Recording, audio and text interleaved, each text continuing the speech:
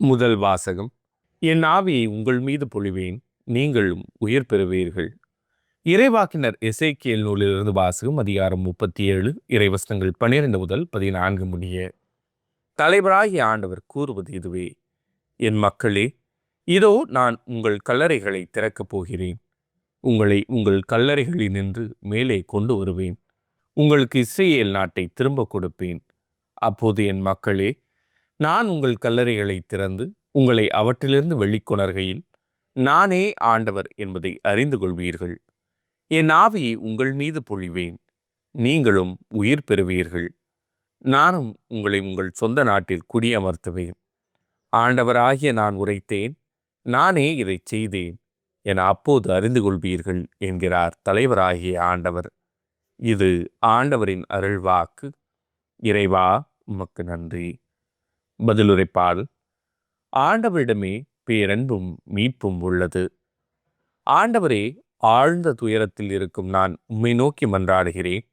ஆண்டவரே, என் மன்றாட்டுக்கு செவி சாய்த்தருளும். என் விண்ணப்ப குரலை உம்முடைய செவிகள் கவனத்துடன் கேட்கட்டும். ஆண்டவரிடமே பேரன்பும் மீட்பும் உள்ளது. ஆண்டவரே, நீர் எம் குற்றங்களை மனத்தில் கொண்டிருந்தால் யார்தான் நிலைத்து நிற்க முடியும்?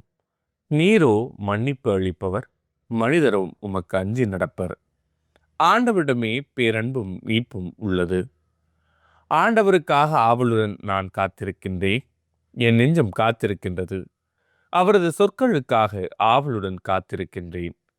விடியலுக்காய் காத்திருக்கும் காவலரை விட, ஆம், விடியலுக்காய் காத்திருக்கும் காவலரை விட என் நெஞ்சம் என் தலைவருக்காய் ஆவலுடன் காத்திருக்கின்றது. ஆண்டவரிடமே பேரன்பும் மீட்பும் உள்ளது. பேரன்பு ஆண்டவரிடமே உள்ளது. மிகுதியான மீட்பு அவரிடமே உண்டு. எல்லா தீவினைகளினின்றும் இஸ்ரேலரை மீட்பவர் அவரே. ஆண்டவரிடமே பேரன்பும் மீட்பும் உள்ளது. இரண்டாம் வாசகம்.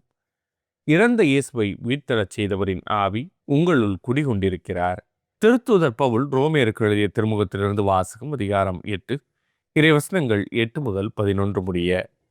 சகோதரர் சகோதரிகளே, ஊனியல்புக்கு ஏற்ப வாழ்வோர் கடவுளுக்கு உகந்தவர்களாய் இருக்க முடியாது. ஆனால் கடவுளின் ஆவி உங்களுள் குடிகொண்டிருந்தால் நீங்கள் ஊனியல்பை கொண்டிராமல் ஆவிக்குரிய இயல்பை கொண்டிருப்பீர்கள். கிறிஸ்துவின் ஆவியை கொண்டிராதோர் அவருக்கு உரியோர் அல்ல. பாவத்தின் விளைவாக உங்கள் உடல் செத்ததாயினும் கிறிஸ்து உங்களுள் இருந்தால் நீங்கள் கடவுளுக்கு ஏற்புடையவர்கள் ஆக்கப்படுவீர்கள். அதன் பயனாக தூய ஆவி உங்களுள் உயிராயிருக்கும். மேலும் இறந்த இயேசுவை உயிர்த்தெழச் செய்தவரின் ஆவி உங்களுள் குடிகொண்டிருந்தால் கிறிஸ்துவை உயிர்த்தெழச் செய்த அவரே உங்களுள் குடிகொண்டிருக்கும் தம் ஆவியினாலே சாவுக்குரிய உங்கள் உடல்களையும் உயிர் பெறச் செய்வார். இது ஆண்டவரின் அருள்வாக்கு. இறைவா, உமக்கு நன்றி. நற்செய்திக்கு முன்வசனம். உயிர்த்தெழுதலும் வாழ்வும் நானே. என்னிடம் நம்பிக்கை கொள்ளும் எவரும் என்றுமே சாகமாட்டார் என்கிறார் ஆண்டவர். நற்செய்தி வாசகம். உயிர்த்தெழுதலும் வாழ்வும் நானே. யோவான் எழுதிய தூய நற்செய்தியிலிருந்து வாசகம். அதிகாரம் 11, இறைவசனங்கள் 1 முதல் 45 முடிய. அக்காலத்தில் பெத்தானியாவில் வாழ்ந்து வந்த லாசர் என்னும் ஒருவர் நோயுற்றிருந்தார். அவ்வூரில்தான் மரியாவும் அவருடைய சகோதரியுமான மார்த்தாவும் வாழ்ந்து வந்தனர். இந்த மரியாதான் ஆண்டவர் மேல் நறுமண தைலம் பூசி தமது கூந்தலால் அவரின் காலடிகளை துடைத்தவர். நோயுற்றிருந்த லாசர் இவருடைய சகோதரர். லாசரின் சகோதரிகள் இயேசுவிடம் ஆள் அனுப்பி, ஆண்டவரே, உம் நண்பன் நோயுற்றிருக்கிறான் என்று தெரிவித்தார்கள். அவர் இதை கேட்டு, இந்நோய் சாவில் போய் முடியாது, கடவுளின் மாட்சி விளங்கவே இவன் நோயுற்றான். இதனால் மானிட மகனும் மாட்சி பெறுவார் என்றார். மார்த்தாவிடமும் அவருடைய சகோதரியான மரியாவிடமும் லாசரிடமும் இயேசு அன்பு கொண்டிருந்தார். லாசர் நோயுற்றிருந்ததை கேள்விப்பட்ட பிறகு தாம் இருந்த இடத்தில் இன்னும் 2 நாள் அவர் தங்கியிருந்தார். பின்னர் தம் சீடரிடம், மீண்டும் யூதேயாவுக்கு போவோம் வாருங்கள் என்று கூறினார். அவருடைய சீடர்கள் அவரிடம், ரபி, இப்போதுதானே யூதர்கள் உம்மேல் கல்லெறிய முயன்றார்கள், மீண்டும் அங்கு போகிறீரா என்று கேட்டார்கள். இயேசு மறுமொழியாக, பகலுக்கு 12 மணி நேரம் உண்டு அல்லவா? பகலில் நடப்பவர் இடரை விழுவதில்லை, ஏனெனில் பகல் ஒளியில் பார்க்க முடிகிறது, ஆனால் இரவில் நடப்பவர் இடறி விழுவார், ஏனெனில் அப்போது ஒளி இல்லை என்றார். இவ்வாறு கூறிய பின், நம் நண்பன் லாசர் தூங்குகிறான், நான் அவனை எழுப்புவதற்காக போகிறேன் என்றார். அவருடைய சீடர் அவரிடம், ஆண்டவரே, அவர் தூங்கினால் நலமடைவார் என்றனர். இயேசு அவருடைய சாவை குறிப்பிட்டே இவ்வாறு சொன்னார். வெறும் தூக்கத்தையே அவர் குறிப்பிடுவதாக அவர்கள் நினைத்தார்கள். அப்போது இயேசு அவர்களிடம், லாசர் இறந்து விட்டான் என்று வெளிப்படையாக சொல்லிவிட்டு, நான் அங்கு இல்லாமல் போனது பற்றி உங்கள் பொருட்டு மகிழ்கிறேன். ஏனெனில் நீங்கள் என்னை நம்புவதற்கு இது ஒரு வாய்ப்பாகிறது. அவனிடம் போவோம், வாருங்கள் என்றார்.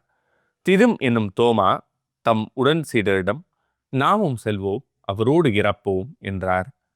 இயேசு அங்கு வந்தபோது லாசரை கல்லறையில் வைத்து ஏற்கனவே 4 நாள் ஆகியிருந்தது.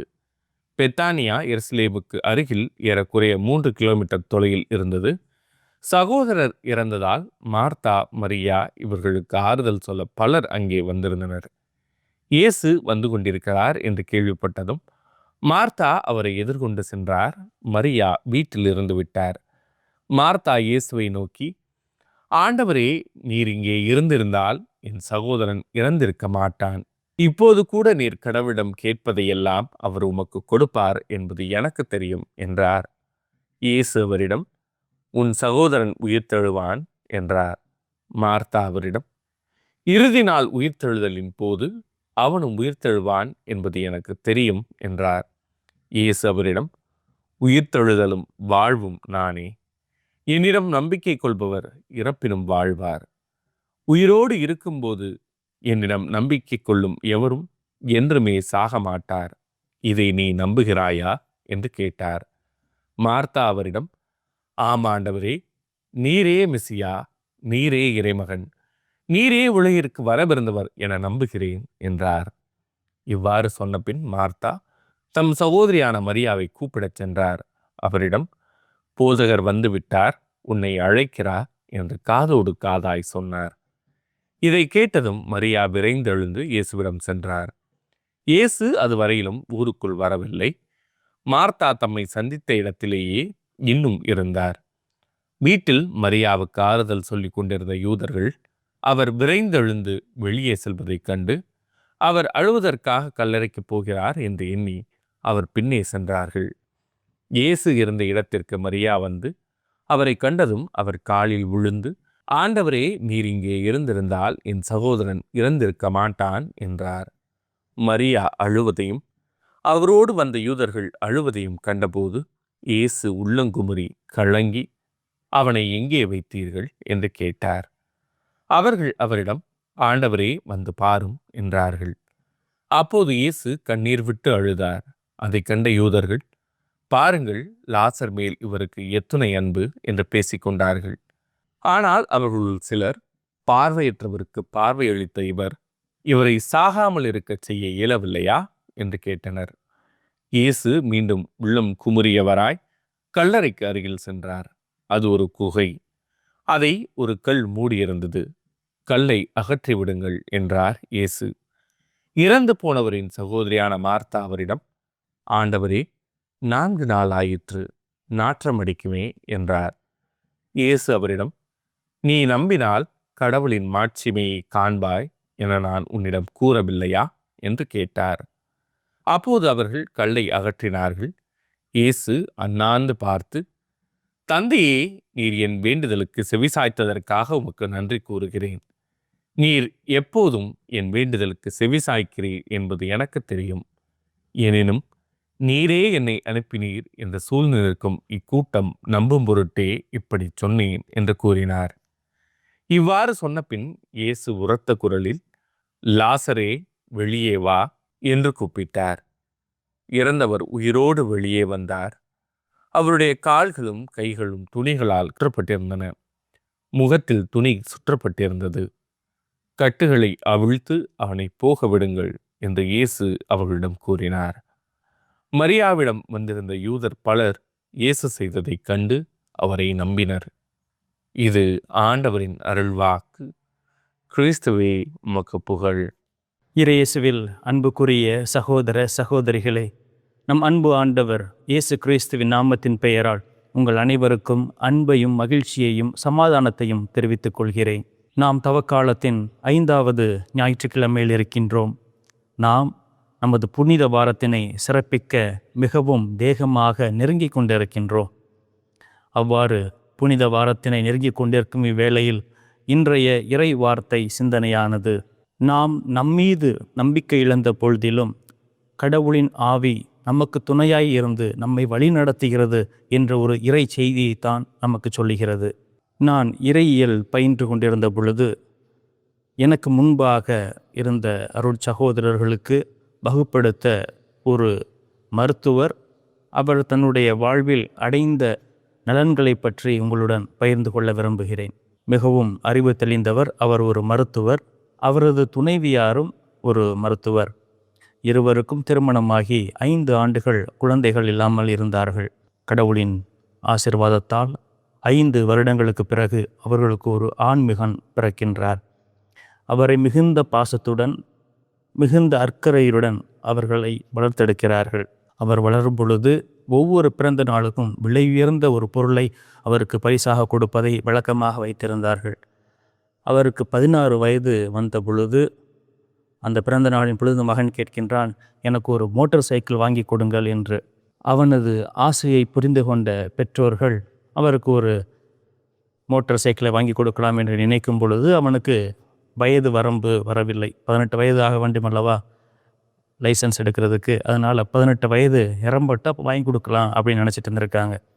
சரியாக 18 வயது நிரம்பிய பொழுது அவனுக்கு ஒரு விலை உயர்ந்த ஒரு மோட்டார் சைக்கிளை வாங்கி கொடுக்கிறார்கள். அதை காலையில் பெற்றோரிடம் ஆசீர்வாதத்தினை பெற்றுக்கொண்டு வெளியில் சென்ற மகன் இரவு 8 மணி ஆகியும் வீடு திரும்பவில்லை. மாறாக அவனுடைய இறப்பு செய்திதான் வீட்டிற்கு வருகிறது. அதை கேட்ட தாயும் தந்தையும் மிகுந்த மனவேதனைப்பட்டு, எங்களுக்காக கடவுள் கொடுத்த இந்த ஒரு குழந்தை செல்வமானது 5 வருடங்கள் கழித்து கிடைத்தாலும் மிகுந்த மகிழ்ச்சியாகவும் சந்தோஷமாகவும் அதை நாங்கள் ஏற்றுக்கொண்டு வாழ்ந்தோம். ஆனால் அந்த சந்தோஷத்தினை இடையிலேயே கடவுள் பறித்து கொண்டாரே என்று மனம் நொந்து இருவரும் ஒருமித்து தங்களது வாழ்வை இத்துடன் முடித்து கொள்ளலாம் என்று எண்ணிய ஒரு தருணத்தில் அவர்கள் தொடர்ந்து இறைவனிடம் வேண்டி, எங்களுக்கு ஏன் இந்த சோதனை என்று கேட்கும் பொழுது அவர்கள் செய்த அந்த நேரத்தில் அவர்கள் செய்த அந்த இறை வேண்டலானது கேட்கப்பட்டு அவர்களை வலுவூட்டியது. அவர்கள் தொடர்ந்து ஜெபிக்க, நமது குழந்தை நம்மை விட்டு பிரிந்தாலும் கடவுள் நம்முடன் இருக்கிறார், அவர் தொடர்ந்து நம்மளை பாதுகாப்பார், வழி நடத்துவார், அனைத்திலும் நமக்கு துணையாக இருப்பார் அவர்கள் என்று எண்ணி அவர்கள் முழுவதுமாக இறைவனிடம் தங்களை ஒப்பு கொடுத்து விட்டார்கள். அன்று அவர்களை திடப்படுத்தியது கடவுளின் வார்த்தை தான். அந்த கடவுளின் வார்த்தையாகப்பட்டது அவர்களுடன் உடன் இருந்து அவர்களின் மனமாற்றத்திற்கு ஒரு முக்கிய காரணமாக இருந்தது. ஆகவே அன்புக்குரியவர்களே, இறை வார்த்தையாகப்பட்டது நம்மில் எழக்கூடிய அனைத்து சோகங்களுக்கும் அனைத்து தடைகளுக்கும் ஒரு விடியலாக விடிக்கல்லாக அது இருக்கிறது. அது நமக்கு ஒரு புது வாழ்வை கொடுக்கக்கூடியதாக இருக்கிறது. எனவே அந்த இறை வார்த்தையானது நம்முள் எவ்வாறு செயலாற்றுகிறது என்பதை நாம் சிந்தித்து பார்ப்போம். குறிப்பாக இன்றைய வாசகங்களில் இறைவனுடைய வார்த்தை எவ்வாறு மக்களுக்கு அருளப்பட்டது என்பதை குறித்தும் நாம் சிந்தித்து பார்ப்போம். மனிதனின் வாழ்க்கையில் அவனுக்கு உறுதுணையாக இருந்து அவனை வழிநடத்தி செல்வது இறை வார்த்தையாக இருக்கிறது. இதைத்தான் இன்றைய முதல் வாசகத்தில், என் ஆவியை நீங்கள் பெற்றுக்கொள்ளும் பொழுது நீங்கள் உயிர் பெற்று எழுவீர்கள் என்று நம் கடவுள் சொல்லுகிறார். கடவுளின் வார்த்தையை கேட்டு அதன்படி நடப்போருக்கு எப்படிப்பட்ட ஆசீர்வாதங்கள் கிடைக்கும் என்பதைத்தான் கடவுள் சொல்லுகிறார். இஸ்ரேல் மக்கள் அடிமைகளாக இருந்த தருணத்தில், கடவுளை விட்டு விலகி சென்ற நேரத்தில், கடவுளை மறந்து வேறு கடவுளை வணங்கிய தருணத்தில் அவர்களை ஒருபோதும் மறக்காத கடவுள் அவர்கள் எப்பொழுது தன் பக்கம் திரும்பி வருவார் என்று அவர்களுக்காக ஆவலுடன் காத்து கொண்டிருந்த தருணத்தில் அவர்களை எச்சரிக்கும் விதமாக எசேக்கியேல் இறைவாக்கினர் இன்று நமக்கு முதல் வாசகத்திலே தெளிவாக குறிப்பிட்டு நமக்கு காட்டுகின்றார். நாமும் நமது நம்பிக்கையில் தளர்வுற்று இறை வார்த்தையின் மீது நம்பிக்கை குன்றியவர்களாக கடவுளின் பாதையிலிருந்து விலகிச் செல்லும் பொழுது நாமும் இஸ்ரேல் மக்களை போன்று சொந்த நாட்டிலேயே நாடு கடத்தப்பட்ட மக்களாக வாழக்கூடிய நிலைமைக்கு நாம் தள்ளப்படுவோம். எனவே கடவுள் பாதையில் பயணிக்கக்கூடிய நாம் தூய ஆவியை பெற்றுக்கொண்ட மக்களாக இறை வார்த்தையை கேட்டு அதன்படி நடக்கக்கூடிய மக்களாக இறைவன் காட்டக்கூடிய அனைத்து நல்வழிகளிலுமே நமக்கு ஒரு நலன் கிடைக்கும் என்பதை நம்பிக்கையை உள்ளத்தில் தாங்கியவர்களாக தொடர்ந்து பயணிக்க வேண்டும். இன்றைய இரண்டாம் வாசகமானது திருத்தூதர் பவுல் ரோமியருக்கு எழுதிய திருமுகத்திலிருந்து எடுக்கப்பட்டிருக்கிறது. இவ்வாசகத்திலே தூய ஆவியை பெற்றுக்கொண்டவர்களின் வாழ்வும் ஊன் இயல்புக்குரிய வாழ்க்கையில் வாழ்வோரின் வாழ்வும் எவ்வாறு அமையப்பட்டிருக்கிறது என்பதை தான் சுட்டி காட்டுகிறது. ஊன் இயல்பின்படி வாழ்பவர்கள் தங்களது உடலை சார்ந்தும் மற்றும் பணம் பொருள் ஆசையின் மூலமாக தங்களது வாழ்வை அதன் பாதையில் செல்லக்கூடிய மக்களாக இருக்கிறார்கள் அல்லவா? அவர்கள் எவ்வாறு தங்களது வாழ்வை கடவுளை தவிர்த்து மற்ற காரியங்களில் செயல்படுத்தி தங்களது வாழ்வை தொலைத்து கொண்டிருக்கிறார்கள் என்பதை சொல்லக்கூடியது. அவ்வாறு நாம் செல்லும் பொழுது அது கடவுளுக்கு உகந்த வாழ்வாக அது இருக்காது. அது நம்மை கடவுளிடமிருந்து தொலைத்து கொள்ளக்கூடிய ஒரு வகையில் அது இருக்கிறது. அது கடவுளின் அருளையும் இரக்கத்தையும் நிறைவாக பெறுவதற்கு தடையாகவும் அது இருக்கிறது. இரண்டாவது, ஆவிக்குரிய வாழ்வு. இது நமது சிந்தனை, சொல், செயல் அனைத்திலுமே கடவுளுக்கு உகந்தவர்களாக வாழ வேண்டும் என்று எண்ணி நடப்பது, வாழ்வது. அதுதான் கடவுளின் அருளை நிறைவாக பெற்றுக்கொள்ளக்கூடிய ஆவியின் வாழ்வாக அது இருக்கும். அதைத்தான் இன்றைய இரண்டாம் வாசகத்தில் பவுலடியார் நமக்கு எடுத்து கூறுகின்றார். எனவே தூய ஆவிக்குரிய காரியங்களை நமது வாழ்வில் செயல்படுத்துவோம். ஊன் இயல்புக்குரிய காரியங்களை நாம் செய்யும் பொருட்டு கடவுளை விட்டு நாம் விலகிச் செல்வோம் என்று நேர்ந்தால் அப்படிப்பட்ட காரியங்களை செய்யாமல் இருக்க முயற்சி எடுப்போம். கடவுளின் அருளையும் ஆசிரையும் கொடுக்கக்கூடிய பாதையினை நாடி நாம் செல்லுவோம், அதில் நாம் பயணிப்போம். இதைத்தான் யோவான் நற்செய்தி அதிகாரம் 6:63 சொல்லப்பட்டிருக்கிறது. வாழ்வு தருவது தூய ஆவியே, ஊன் இயல்பு ஒன்றுக்குமே உதவாது என்று. நமது வாழ்வை மேம்படுத்தி கொள்வது, நமது வாழ்வை இன்னும் நெருக்கமாக இறைவனுடன் இணைத்து கொள்வது தூய ஆவியினுடைய வாழ்வு. அப்படிப்பட்ட வாழ்வை நமது வாழ்விலே ஒவ்வொரு நாளும் கட்டி எழுப்ப முயற்சி எடுப்போம். இன்றைய நற்செய்தி வாசகத்தில் இயேசு ஆண்டவரின் அன்பு நண்பர் லாசர் உடல் நலமற்று இருப்பதையும் அவருடைய சகோதரிகள் அதை நொந்து வருந்துவதையும் இயேசுவிடம் தெரிவிக்கிறார்கள். அதன் பிறகு அவர் சென்று பார்க்கும் பொழுது அவர் மரித்து விட்டார், அவரை அடக்கம் செய்துவிட்டே சிறிது நாட்கள் ஆகிவிட்டது என்பதை அவர்களுடைய சகோதரிகள் சொல்லி அழுத தருணத்தில், நீர் எங்களுடன் இருந்திருந்தால் எமது சகோதரர் இறந்திருக்க மாட்டார் என்று அவர்களது துக்கத்தை வெளிப்படுத்துகிறார்கள்.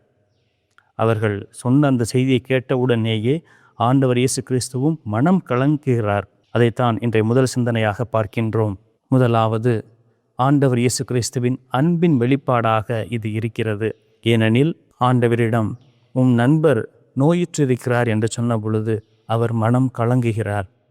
அன்பு ஆண்டவர் எவ்வளவு தூரம் அவரை அன்பு செய்திருந்தார் என்றால் அவர் மனம் கலங்குவார், அவருக்காக இரக்கம்படுவார், அவருக்காக கண்ணீர் சிந்துவார் என்பதை நாம் சிந்தித்து பார்க்க வேண்டும்.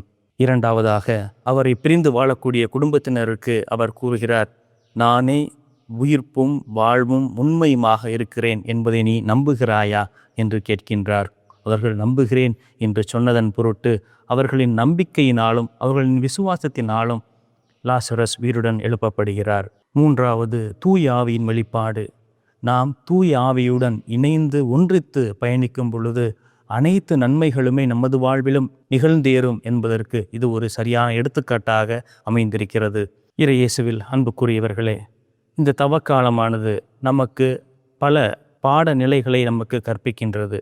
அதிலும் குறிப்பாக புனித வாரத்தினை நெருங்கி கொண்டிருக்கும் இவ்வேளையில் நாம் எவ்வாறு கடவுளின் வார்த்தையை கேட்டு நமது வாழ்வை புதுப்பித்து கொண்டு அவர் பின்னே பயணிக்க வேண்டும் என்ற ஒரு சிறப்பான அழைப்பினை கொடுக்கின்றது.